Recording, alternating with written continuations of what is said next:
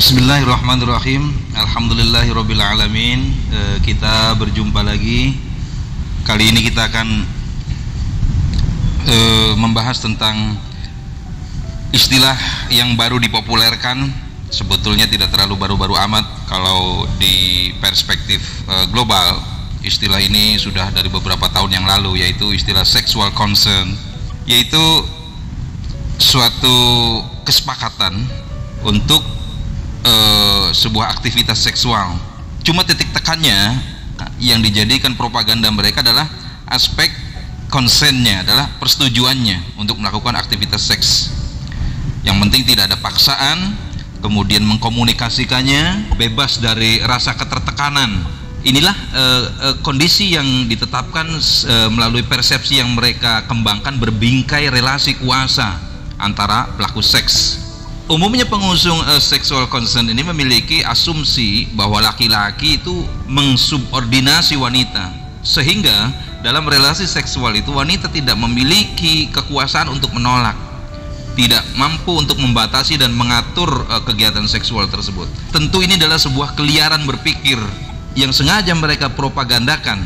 Tentu dalam konteks berpikir mereka, karena memang bukan dari pintu Islam, persoalan hubungan hukum antara pelaku seksual itu baik nikah ataupun tidak nikah itu tidak dibahas oleh mereka, karena itu tidak penting. Justru yang mereka utamakan adalah menjauhkan kegiatan seksual dari atribut keagamaan sekalipun.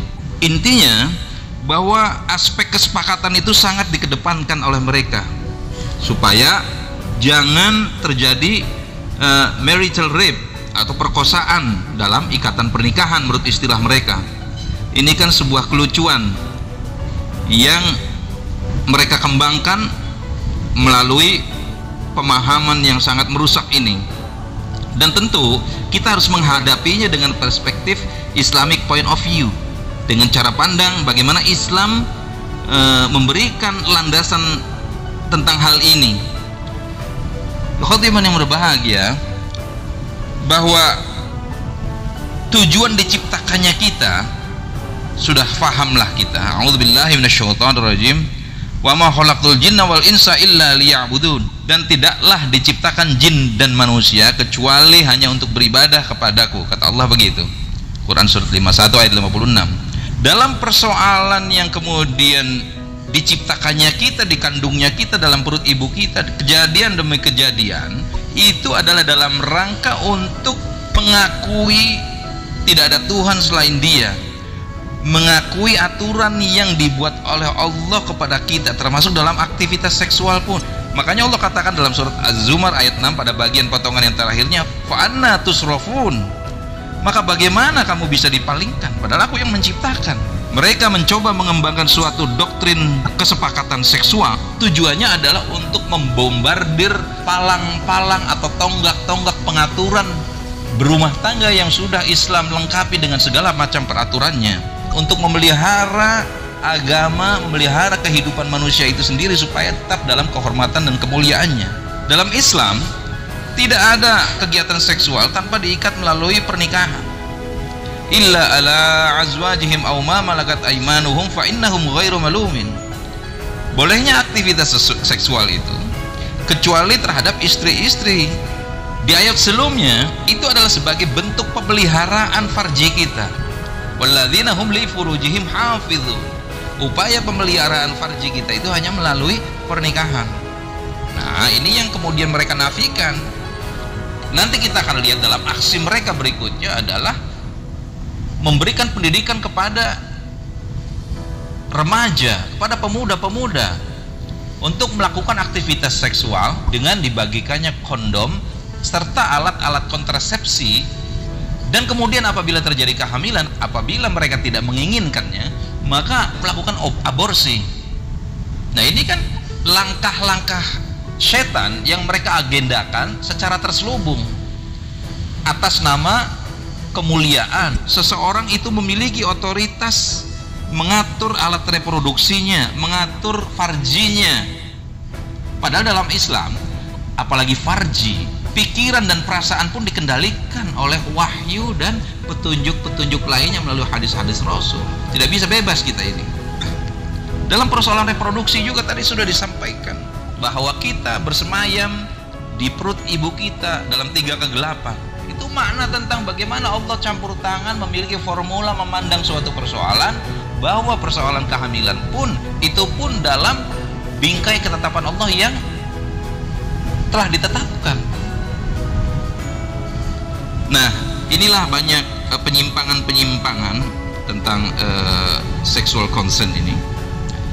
Mereka menuduh yang tadi, mereka menuduh bahwa dalam relasi kuasa laki-laki melakukan suatu sexual violence, yaitu kekerasan seksual kepada istri-istrinya.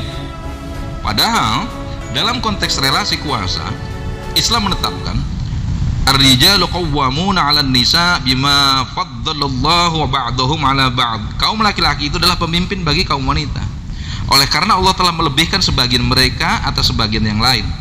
Artinya laki-laki atas wanita. Tapi ingat, kepemimpinan laki-laki ini dibatasi dengan larangan untuk tidak menyusahkan kaum wanita. Fa in ata'nakum fala tabghu 'alaihinna sabila. Maka janganlah kamu mencari-cari jalan untuk menyusahkan mereka. Ini ayat 34. Dalam hadisnya yang masyhur, sangat spesifik sekali gambaran tentang bagaimana sih hubungan yang semestinya terjadi antara suami dengan istri dalam membangun harmonisasi ini. Khairukum ahlihi wa ana khairukum ahli. Sebaik-baik kalian adalah orang yang paling baik pada keluarganya. Aku sendiri adalah orang yang paling baik pada keluargaku. Masuk pada wilayah isu besar mereka tentang sepakat atas dasar senang dan ingin. Mereka mengatakan bahwa sex without consent, the same as sexual assault, kegiatan seksual tanpa persetujuan, tanpa kesepakatan, itu sama dengan penyerangan seksual. Mereka katakan begitu. Jadi kesepakatan ini diarahkan pada kesetaraan kuasa antara laki-laki dan perempuan, antara suami dan istri. Padahal kesepakatan dalam interaksi antar manusia itu juga merupakan bagian dari perangkat aturan dari Allah dan Rasulnya. Perintah bersepakat dalam kebaikan dan takwa itu adalah persyaratan, dan diperintahkannya kita untuk menjauhi dari kesepakatan jahat dan dosa. Wala ta'awanu 'alal itsmi wal 'udwan. Nah, kesepakatan yang mereka maksudkan dalam sexual consent ini adalah kesepakatan untuk melakukan aktivitas seksual walaupun tidak terikat nikah, dan memang itu diperuntukkan untuk kaula muda mereka supaya mereka melakukan kegiatan seksualnya itu tanpa menimbulkan implikasi. Dan apabila terjadi kehamilan, kalau mereka tidak menginginkannya, maka itu boleh digugurkan. Karena dalam perspektif berpikir mereka, setiap wanita itu memiliki otorisasi penuh terhadap alat reproduksinya. Nah, inilah tumpang tindih dan centang perenang sistem pemahaman yang mereka jual kepada kita. Padahal kita memiliki sistem pemahaman sendiri. Maka hendaklah diantara kita semua, khususnya kaula muda, janganlah menjauhi Al-Quran, janganlah jauh dari nilai-nilai Islam, karena Islam itu sangat lengkap dan sangat komplit dalam memberikan arahan dan bimbingan dalam kehidupan kita untuk memelihara kemuliaan diri kita. Sekilas seperti jualan madu, padahal yang dia jual adalah racun yang sangat mematikan bagi kehidupan kita.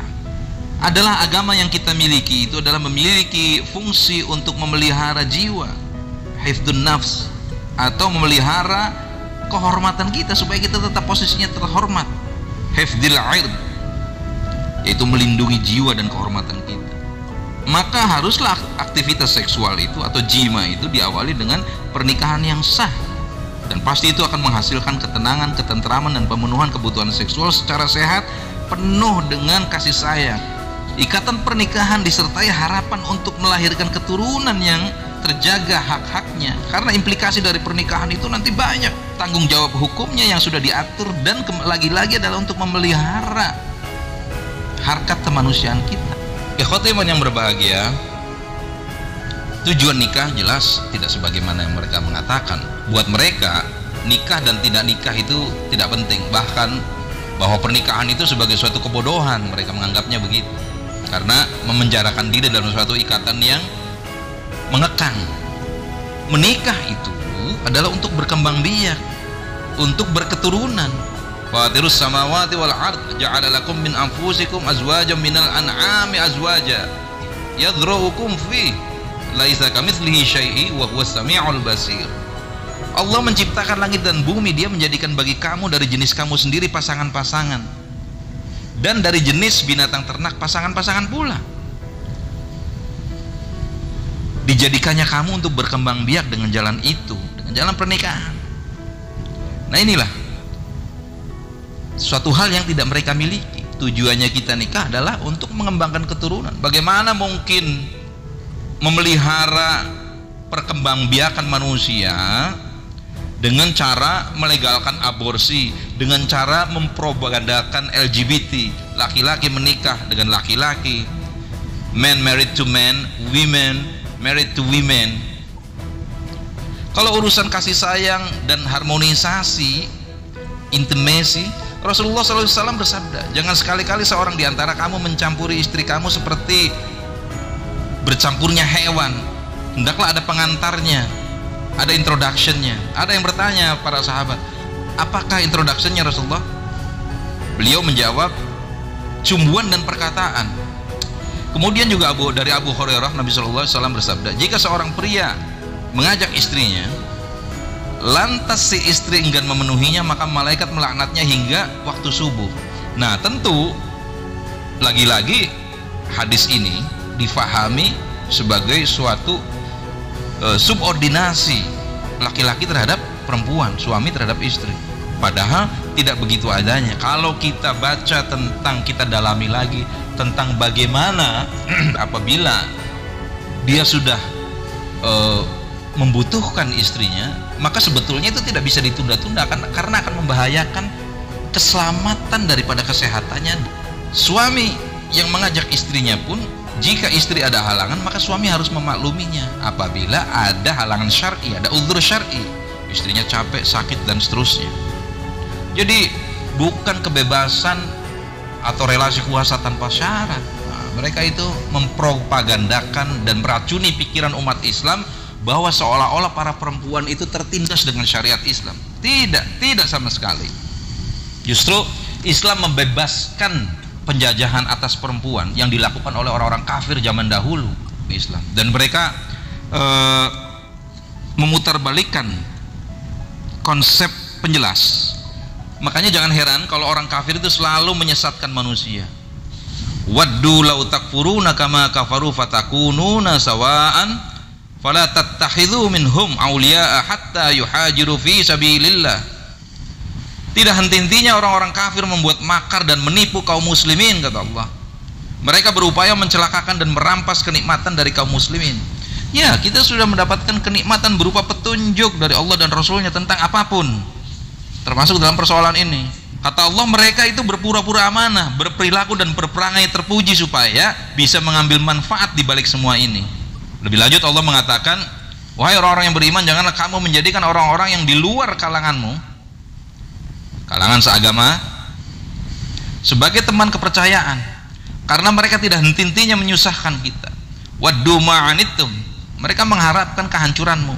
Qad badatil baghdha'u min afwahihim wa ma tukhfi suduruhum akbar.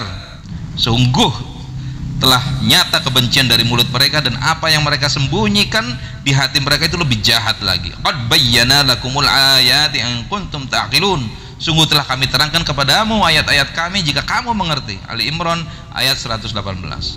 Itulah pada bagian awal ini kami sampaikan. Insyaallah akan diteruskan pada bagian yang kedua. Barakallahu li wa lakum. Assalamualaikum warahmatullahi wabarakatuh.